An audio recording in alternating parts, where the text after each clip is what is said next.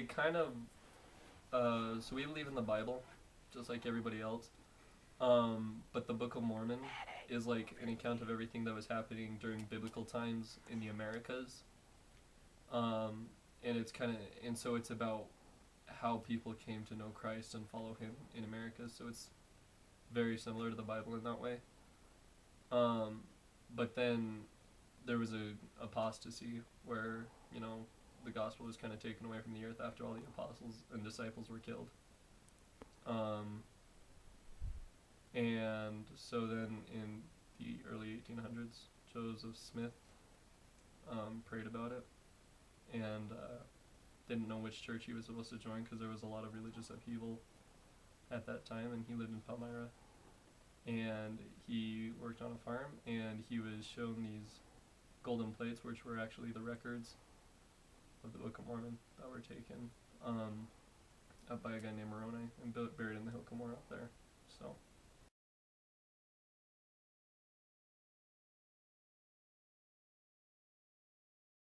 When I was in high school, I started dating Michael, and actually that's not true. My best friend from when I was 4 to 2nd or 3rd grade was Mormon, and we have a program for all the kids in our church called Primary from the age of 18 months to 12 years old, and it's kind of like Bible study they used to do it during the week, now we do it on Sunday, but she'd invite me to go with her, and so that was my first introduction to Mormons. And then I moved away and started dating Michael in high school, and that's how I was introduced to it. I was born into it.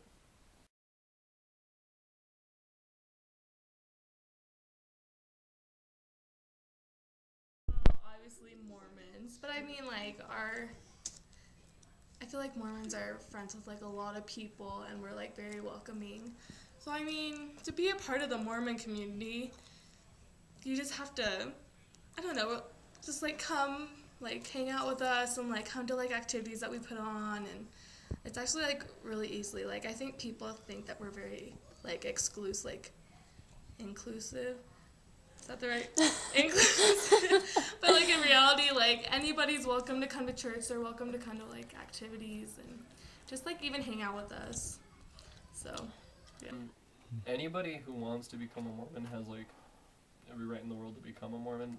Typically people take these things called discussions, which are 4 separate lessons about kind of what we believe, and the history of our church and things like that, and then people get baptized by immersion after that.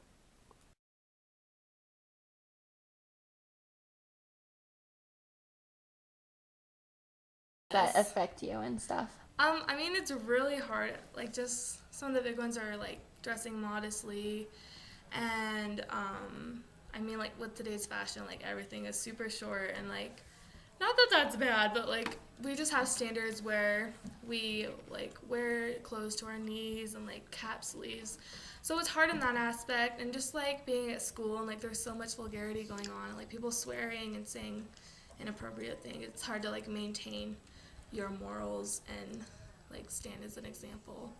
So. Everybody likes to tell you that things are that it's cooler to do certain things, and what a lot of people seem to do is an everyday thing, and what's really popular and common we can't do. Kids randomly try and get Mormons to swear just for no really good apparent reason, and we get asked all the time about having sex and things like that, and why we don't do that, and why we're against that and stuff like that.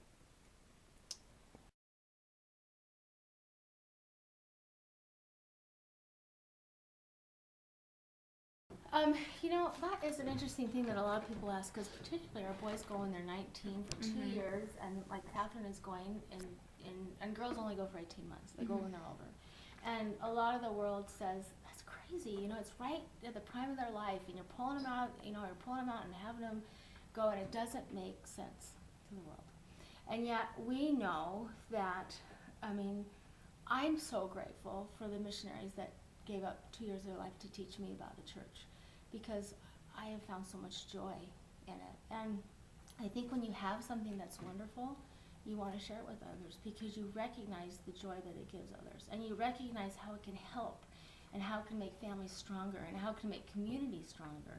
I think because we just believe like that our message needs to be shared with everybody, and we believe that if like people are baptized and they like repent of their sins, like they can return to live with Heavenly Father and Jesus Christ, and that is through baptism. So we send people out all over the world to teach everyone about what we believe so that they can come unto Christ and be baptized. And The reason why is because we kind of look at it as a responsibility. Like, really, Mormons are kind of some of the happiest people you'll ever meet. I mean, we're human like everybody else, but we typically we're typically very happy with how we are, and we try to share that with people as much as we can. And we want to make it very clear what our values are so that other people can, like, A, have a respect for it, and B, kind of recognize that something's different about us. And at the same time, we believe it's our responsibility to go, if we believe our church really is the true church, then we want other people to know it too. And so we send people out worldwide, missionaries, to go and tell other people about it, so.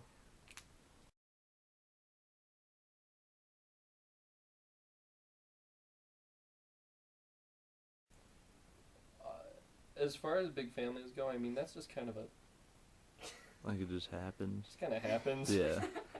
I mean, with all due respect to everybody, we can't have sex until after we're married, so it kind of Just happens. happens a lot after that on accident. Got it. But, I mean, at the same time, a lot of LDS people, Mormon people, really just like having kids, and they like having big families, and they like knowing that, I mean, whether people agree with what we believe or not, we typically kind of have that reputation of just being kind of good kids, and we want to have kids that can be raised in like a good environment with siblings like that who That God believes that the family is the basic unit of the church. That all of the joys that we experience in life come from our relationships with our family, the ones that last forever. The big thing I think that differentiates us from other religions, that we believe that relationships last beyond this life. And when Michael and I were married and sealed in the temple, we don't believe in death do you part. We believe that not only will we be married for eternity, but my children, we will be a family unit in the hereafter. And I think because we focus on the eternal natures of things, that we recognize it's so important. And I think as you grow older, and you probably already experienced this right now, but you have wonderful friends in elementary school, junior high school, high school. And as you grow older, you'll see that you have these wonderful relationships with people, but the relationships that are always there are the relationships with your parents and your siblings and your grandparents. And those are really the ones where you find joy. Monday night, we have a thing called Family Home Evening, where we all gather together for like an hour or so, and like usually the parents teach like a lesson, or like we have like a little, I wonder who texted me. So usually it's like my dad or my mom, like they just teach us about something that they learned that week. It's usually centered around like prayer, like reading like the Bible, or just being a good person. And then we usually like do like an activity so that we can bond. And I mean, lately, like, as all my family, like, we've grown older, my parents have been, like, really gung-ho about spending more time together. So we just, like, go out to eat and, like, play games and go to movies. And because, I mean, your family is going to be there forever. Mm-hmm. Friends pass on. So